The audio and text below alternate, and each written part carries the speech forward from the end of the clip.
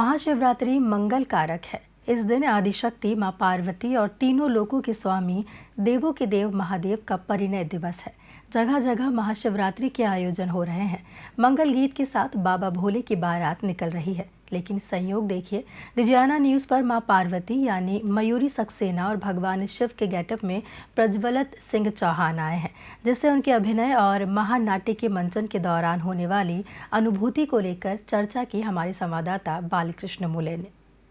त्रिकाल के देवता भगवान शिव और आद्या शक्ति माँ पार्वती जी का आज मंगल परिणय दिवस है और कहीं ना कहीं आज हमारे साथ साक्षात माता पार्वती मौजूद है।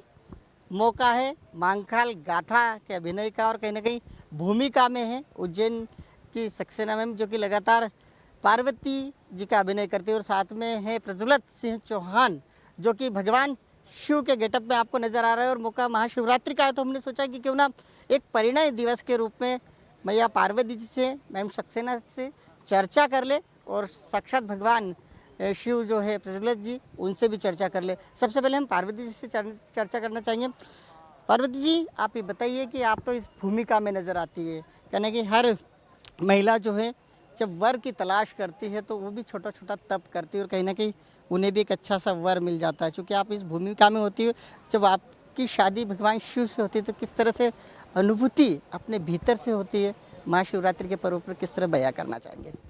जैसे कि हम महाकाल नगरी में ही रहते हैं और मेरा तो जन्म ही उज्जैन में हुआ है, तो शुरू से ही हम महाकाल के भक्त हैं और उन्हीं की कथाएं सुनते हुए ही बड़े हुए हैं।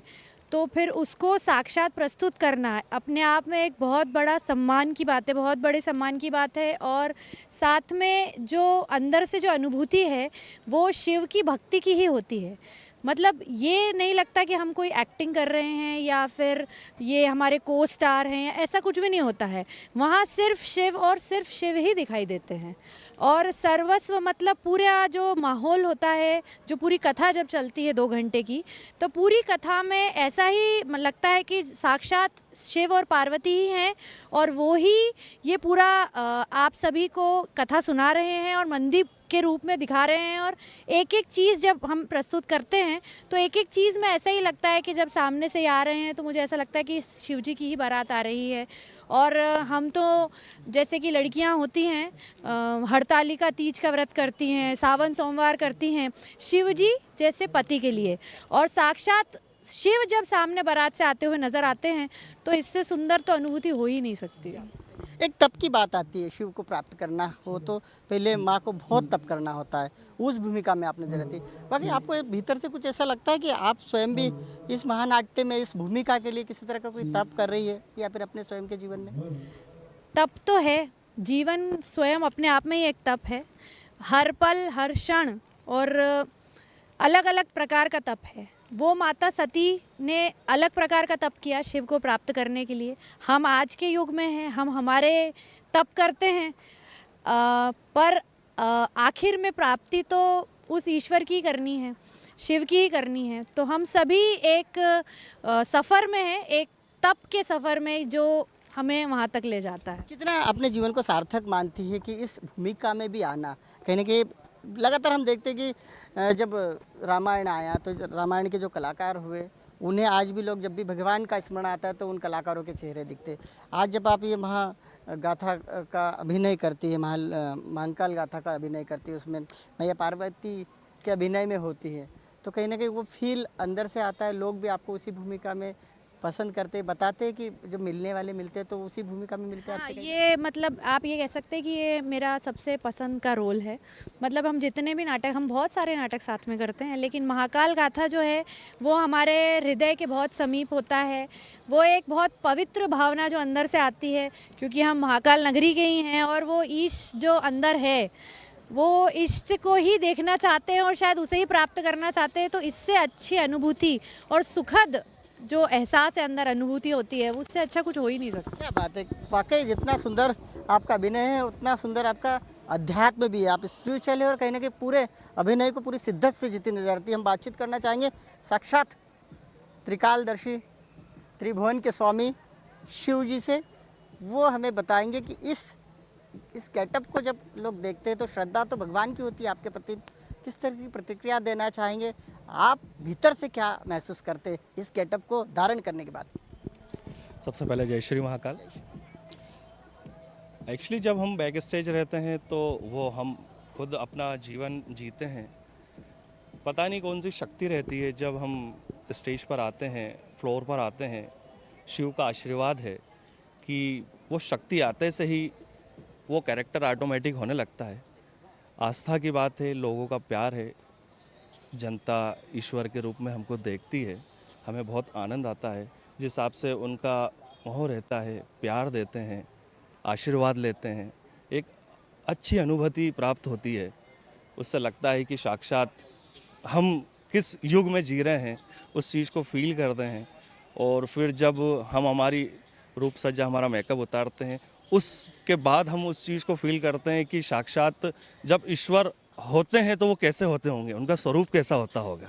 बिल्कुल, वाकई ऑडियंस जितना भी आपको देखती है वो ईश्वर स्वरूप ही देखती है। क्या आपके आचरण में भी वो सारी चीज़ें महसूस होती है? क्योंकि कुछ घंटों का अभिनय होता है, लेकिन उसके बाद में कहीं ना कहीं वही दिनचर्या, भौतिकवाद की दुनिया में हमें आना होता है।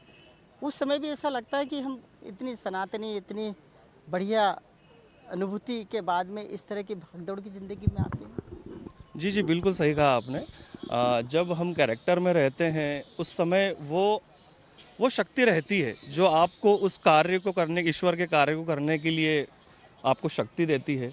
और जो हम नेचुरल हमारा गेटअप में आ जाते हैं तो फिर वो ज़िंदगी हमारी एक अलग हो जाती है, जिससे हम समझ नहीं पाते हमें क्या करना है क्या नहीं करना है। और जब महादेव का कैरेक्टर करने की बात आए तब ऑटोमेटिक एक शक्ति मिलती है, जो ऐसा लगता है कि अपने आप में कुछ अलग सा अनुभव प्राप्त होता है। हाँ जी, हाँ जी। अंदर से रोमांच आता है। और कहीं ना कहीं अब आपसे हम जानना चाहेंगे किस तरह का कोई डायलॉग, आप किसी तरह का कोई नाटक का जो एक पात्र है आपका, जो कि महागाथा का, वो सुनना चाहेंगे इसी माध्यम से।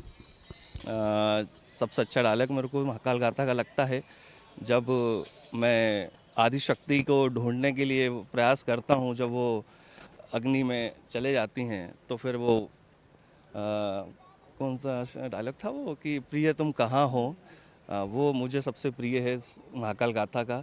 जो शिव की परिभाषित में तांडव करके ढूंढता हूँ सती को, वो मेरा सबसे प्रिय सीन रहे। वो गाने के बोल हैं कि प्रिय कहाँ हो तुम, वो शिव जी।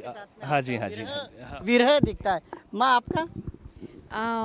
मेरा तो सबसे प्रिय डायलॉग अगर आप कहेंगे तो जब मैं दक्ष की यज्ञ अग्नि में जब मैं प्रवेश करती हूँ, उसके पहले जब मैं ये कहती हूँ कि मेरे महादेव के विषय में ऐसे अपशब्द सुनने से पहले मैंने मृत्यु का वर्ण क्यों नहीं कर लिया, तो ये मेरे बहुत हृदय के समीप है ये डायलॉग और मुझे बहुत पसंद है ये डायलॉग। हम आपसे ये जानना चाहेंगे, आज चूँकि महाशिवरात्रि का इतना बड़ा पर्व है, मंगल परिणय दिवस भी आप दोनों का यूँ कहे कि शिव जी के रूप में और माँ पार्वती जी के रूप में, कितना इस दिन को दोनों सेलिब्रेट करते हो आप एज ए कलाकार?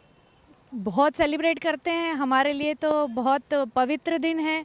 जब मैं ये कहती हूँ कि आज मेरे शिव जी की एनिवर्सरी है। और आप? जी, बहुत अच्छा अनुभव फील करते हैं। महाशिवरात्रि महापर्व, मतलब हम उसको जीते हैं, ये सबसे बड़ी खुशी की बात। क्या बात है। और आज हम भी महाशिवरात्रि को काफ़ी स्पेशल जी रहे हैं, क्योंकि डिजारा न्यूज़ के लिए शिव, साक्षात शिव और मैया पार्वती दोनों ने ही बात की है। और हम कृतज्ञ हैं दोनों कलाकारों के, भले अभिनेता हो, कलाकार हो, थिएटर से जुड़े हो, लेकिन वो ईश्वर तुल्य है। कैमरा पर्सन सौरभ पवार के साथ मैं बालकृष्ण मुले, डिजारा न्यूज़, इंदौर।